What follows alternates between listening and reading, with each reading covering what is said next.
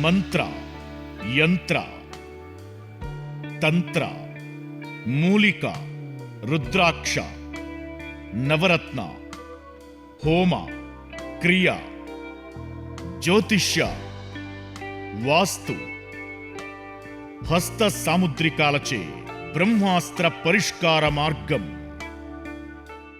శ్రీం గురుదత్త. ఆత్మీయులందరికీ స్వాగతం. నేను మీ ప్రభాకరాచారి.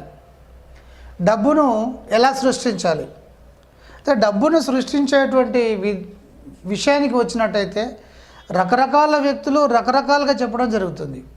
అసలు ప్రపంచంలో ఎవరైనా సరే డబ్బులను ఎలా సృష్టిస్తున్నారు? ఎవరైనా సరే ప్రపంచంలో అనుకున్నప్పుడు అమెరికా, బ్రిటన్ కదా. సో రకరకాలైనటువంటి దేశాలు ఉన్నాయి. రకరకాలైనటువంటి విధానాలలో అనేక సంపదను సృష్టించినటువంటి మిలియనీర్స్ కొన్ని కోట్ల మంది ఉన్నారు. అయితే ఇక్కడికి వచ్చినట్టయితే మన దేశానికి సంబంధించినటువంటి కొంత విషయాన్ని మనం తీసుకున్నట్టయితే మనకు పరిపూర్ణంగా అవగాహనకు ఖచ్చితంగా వస్తాం.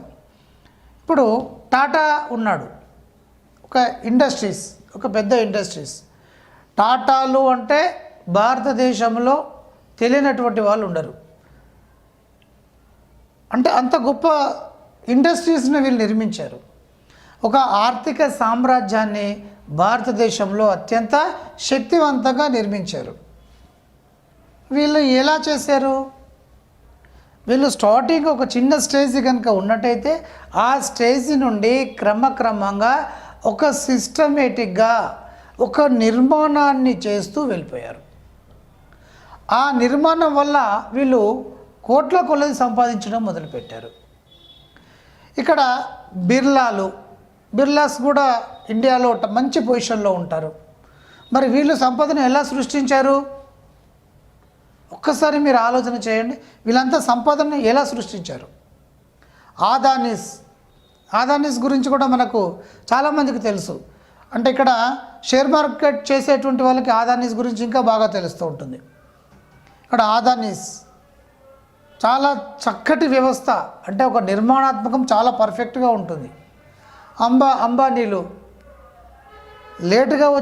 లేటెస్ట్గా వచ్చారు. వాళ్ళు చాలా సంచలనాలన్నీ కూడా చాలా శక్తివంతంగా పరిపూర్ణంగా వీళ్ళు చేసుకుంటూ అపారమైనటువంటి సంపదను సృష్టించారు. వీళ్ళు ఏం చేశారు? అసలు బజాజ్ కంపెనీస్ ఉన్నాయి. మనకు తెలియంది ఏమైనా ఉందా? బజాజ్ కంపెనీసు బల్బుల నుండి మొదలుపెట్టి అనేక రంగాలలో వీళ్ళు విస్తరించారు కదా. మరి వీళ్ళు ఎలా అంత సిస్టంలోకి వెళ్ళారు? మనము చూస్తూనే ఉంటాం. ఒక పానీపూరి పెట్టుకుంటాడు ఎక్కడి నుండో వచ్చి, కానీ చూస్తుంటేనే అత్యంత శక్తివంతంగా తయారవుతూ ఉంటారు. ఆ ఊర్లో ఉండేటువంటి వాళ్ళు అలాగే ఉంటారు, వీళ్ళు మాత్రం లేస్తూనే ఉంటారు.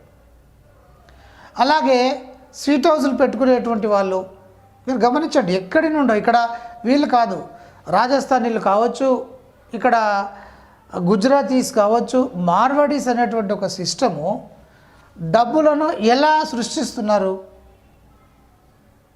తర్వాత మన ఆంధ్ర, తెలంగాణకు వచ్చినట్టయితే ఈ వ్యవస్థలో వైశ్యాస్ కుటుంబాలు ఉన్నాయి. వైశ్యాస్ కోమట్లు అని కూడా అంటారు. వీళ్ళు ఎలా ధనాన్ని సంపాదిస్తున్నారు? వీళ్ళు చూడండి, వీళ్ళు ఆర్థిక వ్యవస్థలో ఒక శక్తివంతంగా ఉంటారు. మరి వీళ్ళు ఎందుకు ఉన్నారు? ఏం చేశారు వీళ్ళు? ఇక్కడ ఒక చిన్న స్టెప్ తీసుకొని స్టెప్ బై స్టెప్ వీళ్ళు ఒక నిర్మాణాన్ని కొనసాగిస్తున్నారు. ఆ నిర్మాణము ముందు మానసికంగా తయారవుతుంది. తయారైనటువంటి ఆ సిస్టాన్ని వీరు ఇంప్లిమెంటేషన్ చేసుకుంటూ వెళ్తున్నారు. ఎప్పుడైతే ప్రాక్టికల్గా వీళ్ళు దిగారో, ప్లానింగ్ ఉంది, ఆ సిస్టాన్ని వీళ్ళు ఇంప్లిమెంట్ చేసుకుంటూ ముందుకు వెళ్ళిపోతుండేటువంటి సందర్భంలో మీరు చూస్తూనే ఉంటారు, పానీపూరి ఇంకా కొంచెం పెద్దగా అవుతుంది. మామూలు ఒక బుట్ట పెట్టుకొని పానీపూరి అమ్మేటువంటి వ్యక్తి ఆ తర్వాత కట్లెట్లకు వస్తూ ఉంటాడు, మీరు చూస్తూనే ఉంటారు.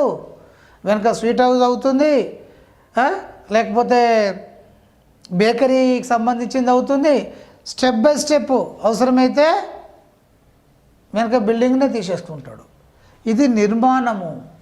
ఒక జీవిత కాలంలో ఒక మామూలు వ్యక్తి చేసేటువంటి ఒక నిర్మాణము. నిర్మాణం ఎలా ఉంటుంది? ఇక్కడ ఇంకొక విషయాన్ని కూడా గమనించాలి. ఢిల్లీలో ఒక బెగ్గర్ చనిపోయాడు, భిక్షగాడు చనిపోయాడు.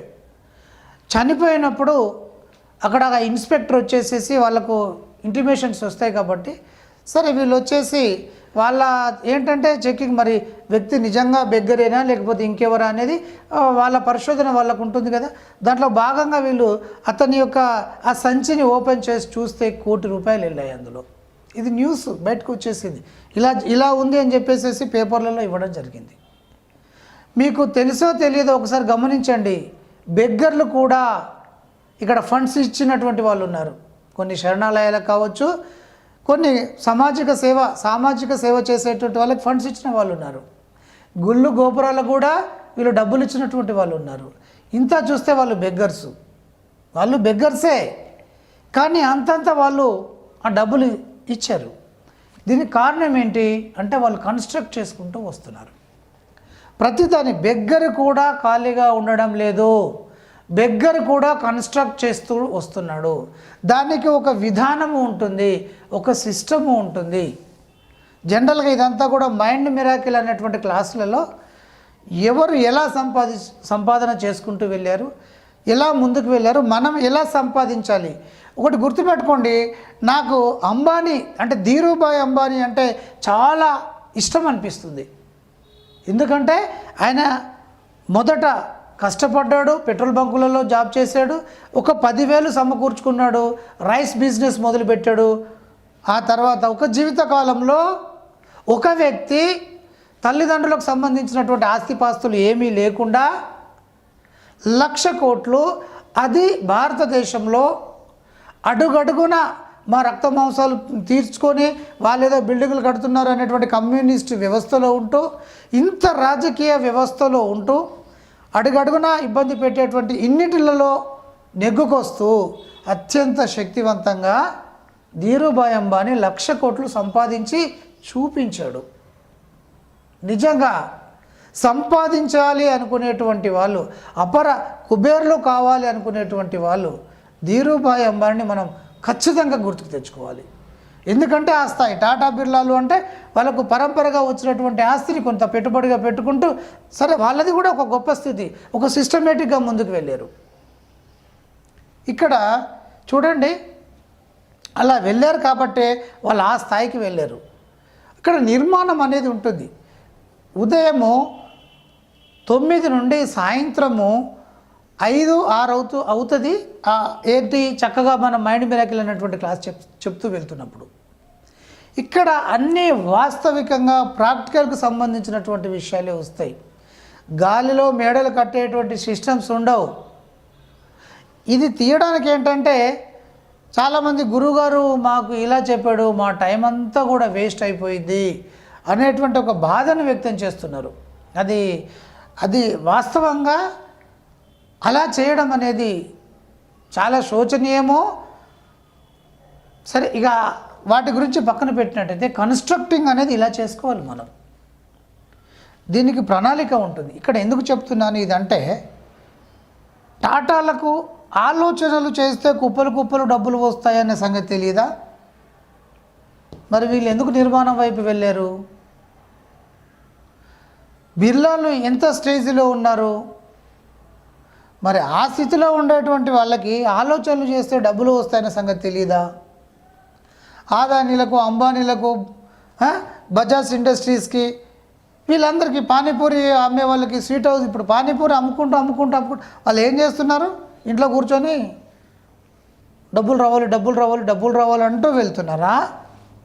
డబ్బులు రావాలని ఇంట్లో కూర్చుంటూ ఏ పని చేయకపోయినా పర్వాలేదు, ఇది చేస్తే చాలు అనేటువంటి విధంగా మనీ మెడిటేషన్ చేస్తూ ఆలోచనలు చేస్తూ ఇంట్లో కూర్చుంటున్నారా? వీళ్ళంతా ఏం చేస్తున్నారు? వీళ్ళు చేసేటువంటి నిర్మాణం ఏమిటి? అదే సరైనటువంటి విధానం అయినప్పుడు వీళ్ళందరూ ఎందుకు చేయట్లేదు? అంటే వీళ్ళంత పిచ్చోళ్ళ? వీళ్ళకేం తెలీదా? ఆలోచనలు చేస్తే చాలా డబ్బులు కుప్పలు కుప్పలుగా కురుస్తాయి అని చెప్పేటువంటి వాళ్ళకి కదా అలాంటి పుస్తకాలు రాసినటువంటి వాళ్ళకి వీళ్ళొక్క ఫోన్ కొడితే చాలు, వాళ్ళు ప్రపంచంలో ఎక్కడ ఉన్నా సరే మేఘాల మీదకి వాళ్తారు వచ్చి. అబద్ధమైంది. ఒక ఐఏఎస్ ఆఫీసర్ కావాలంటే ఇంట్లో కూర్చొని నేను ఐఏఎస్ ఆఫీసర్లని రాసుకుంటూ ఇలా చేసుకుంటూ ఉంటే జరుగుతుందా? బాగా మీరు ఇక్కడ ఏంటంటే రకరకాలుగా చెప్పేవాళ్ళు ఉంటారు. సిస్టంగా పట్టుకోవాల్సింది మీరు. ఏది సరి అయినది ఏది రాంగ్ అనేటువంటి దాన్ని మీరు పట్టుకొని ముందుకు వెళ్ళండి. ఈ వెళ్ళేటువంటి సందర్భంలో మీరు గుర్తుంచుకోవాల్సింది మీ కుటుంబాన్ని, మీ సొసైటీని.